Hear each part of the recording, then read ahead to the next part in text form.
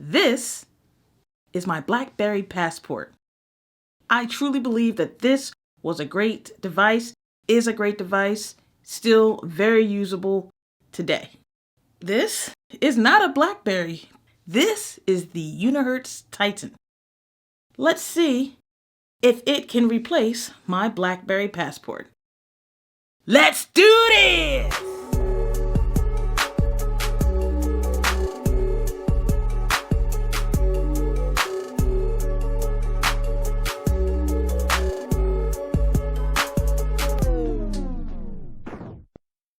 What's going on, everyone? It's Tay with Spectacular Gadgets, and you already know we're going to take a look at the Unihertz Titan. Let's take a look at the specs.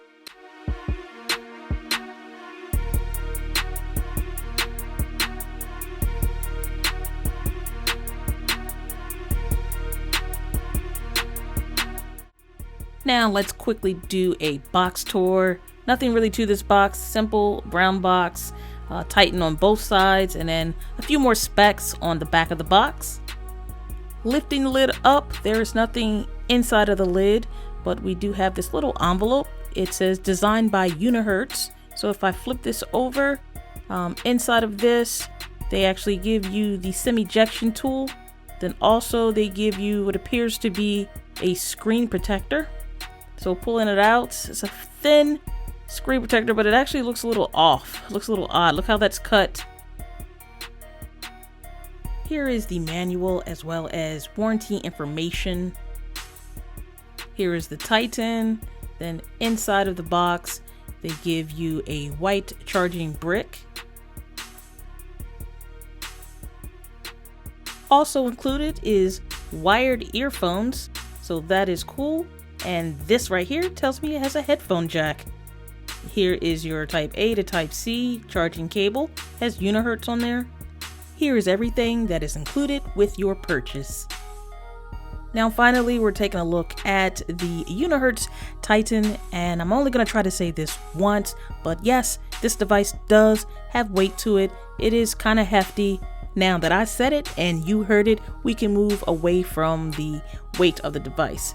So peeling off the plastic from the screen protector, we taking a look at the front. Here is the distance sensor, earpiece, LED notification light, and the camera with Unihertz branding on the front. Moving on to the top, the only thing that you see there is a headphone jack. You know I'm loving that. The up and down volume keys. You have the power button, and then if you look, you have 3 screws, so this makes it look nice, tough, and rugged. The bottom of the Titan features the Type-C port, and as you'll see, it's pretty clean. Other than that, the left side of the device, you'll notice that there is the SIM tray, which also is the micro SD card slot, and then here's a quick function button. Here is the back of the device. Seems pretty rugged again. We got screws, and then we have the single camera on the back with a flash. Here on the bottom, only one of these is a speaker grill, and the other is just for design, and you have Unihertz branding on the back. Now we're taking a look at the boot up animation for the Unihertz Titan, and that's pretty cool, as you see here. I'll set it up off camera, but what I'm doing for setup is using another device, and in the Google search I'm saying set up my device, and that's how I do it. Now we've come to unlock with fingerprint, so we'll go ahead and set this up. Fingerprint and pin is how we're going to do it. So we'll say okay. Then I'll have to go to right here on the left bottom to go ahead and select pin. Okay, so now we can touch the sensor, which is right at the top in the middle, and here it is. Here quickly, I just wanted to show you the amount of storage you're getting out of the box, and this is with no apps or anything installed. So to go back, I'll hit the back button, which is next to the fingerprint sensor. You can keep hitting that, or you can actually hit the fingerprint sensor to go straight to home. I did notice a difference in the keyboard keys, whereas the Titan is flat and the BlackBerry keys have a raised upper portion of the key. Here are the devices side by side, so you can visually take a look at the difference in size, the thickness, and everything between the two devices. Now is a perfect time to test out the fingerprint sensor, which is located in the middle. As you saw my thumb, let's do my pointer finger. And I love this fingerprint sensor. It is really nice. It works every time. I like how big it is. Now here, I want to show you that I did switch over to Nova Launcher. This way I can have an app drawer and organize my device the way that I like to. The stock launcher just doesn't work for me. I want to go ahead and show you the physical keys, which are really cool. This is the recent apps button, and then that's the back button like I showed you earlier. So you have the recent apps, which is the square, and if I had recent apps, they would all be there, and then the back button. The fingerprint sensor acts as the home key and as well as a frequent apps or something like that. This red button is a quick function key. As you saw, it brings up a few things that you can quickly access, and if you hold the red button slightly longer, you will activate the flashlight, which you see here. So that's pretty cool. It has two uses. BlackBerry fans are familiar with the scrolling feature of the keyboard, meaning you can use the keyboard to scroll left, right, up, or down. The Titan has something similar to that. If you go ahead and toggle on the scroll assistant, you will be able to use the keyboard to scroll up or down. Like the BlackBerry, the Titan has keyboard shortcuts, so every letter of the alphabet can be assigned two shortcuts: long press or short press. Keyboard shortcuts are everything. So while we're still in the settings, let's go ahead and take a look at Face Unlock. This device, yes, it does include Face Unlock, so let's go ahead and set that up. So you know we're going to have to go ahead and enroll the face. So I'll go ahead and do that on camera. This right here is just giving you a few pointers for best practices of enrolling your face.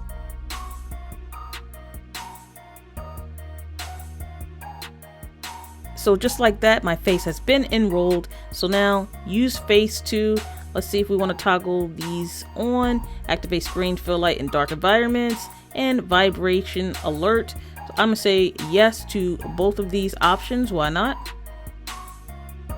Now to test the face unlock out. So power on the screen and it has found my face and unlocked the device. Let's try it again.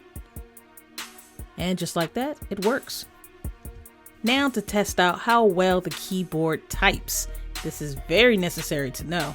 And so the keyboard actually feels decent, and the response when I'm hitting the key to when it's typing on the screen feels pretty accurate, and it is actually comfortable to hold because the device is a little wide and you will have to use two hands when typing on this device. But as far as the keys and the keyboard, this works very well, and you also do have some on-screen buttons and functions as well. So this reminds me totally of the keyboard on the Passport, just that the buttons, again, the keys on the keyboard are flat opposed to having a slight rise at the top of each key on the Passport. This device has a lot to offer. It also includes wireless charging, as you see here, and it has a cool wireless charging animation to go along with it. And I don't know if you see it, but there's a red LED light, which I have missed for oh so long. So we also get that LED notification light. I mean, what more could you want? Well, let me answer my own question. You probably want good cameras. So the jury's still out on that. Let me show you the camera on this device. So yeah, you're gonna have to go ahead and turn it landscape if you want a wide shot. So I'll take a picture of my BlackBerry Passport just to show you guys the shutter speed and everything and the quality of the picture. So remember, this only features one single camera on the back, and zooming in, you do start to lose a little bit of detail. So let's go ahead. They do have Pro mode. So here are all the things in Pro mode that you'll get as you see as I scroll through. So not many modes on this, but let's take a look at a few photos that I've shot.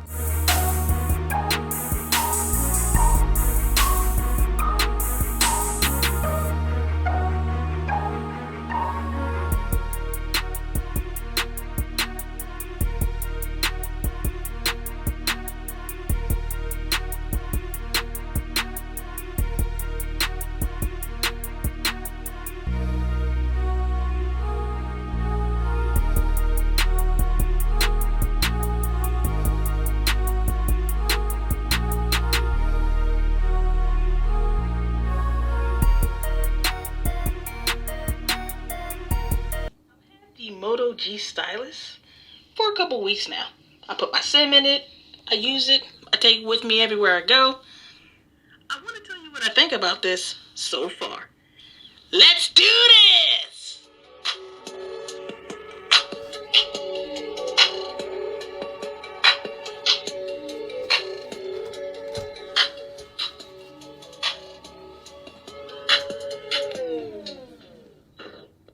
So I've only been using this device for a couple of weeks, but I noticed some things that I like about it. The first thing I want to talk about is I love the way that Motorola does the notifications. What do I mean by that? Well, if you have a notification, so let's say I have a notification and I pick up the phone. If I just press on this icon, as you see. So yeah, why not take a look at gaming? And I'm going to tell you right now that gaming is not a thing that I'll be doing on this device. It can be done, but take a look at my right hand. Look how much phone I have in my right hand opposed to my left. So I have all the keyboard and it just doesn't feel balanced when holding the device and trying to play a game, especially this way. And you can only play Call of Duty Mobile using it landscape. So again, this would be a device that I probably would not game on, but other than that, it can work if you really do want to game on it, but it's just probably not the most comfortable. So this just about does it for this video. I want to thank everyone for taking the time to chill with me as we go through this journey. And until next time, everyone, I want you all to have a spectacular day. Later.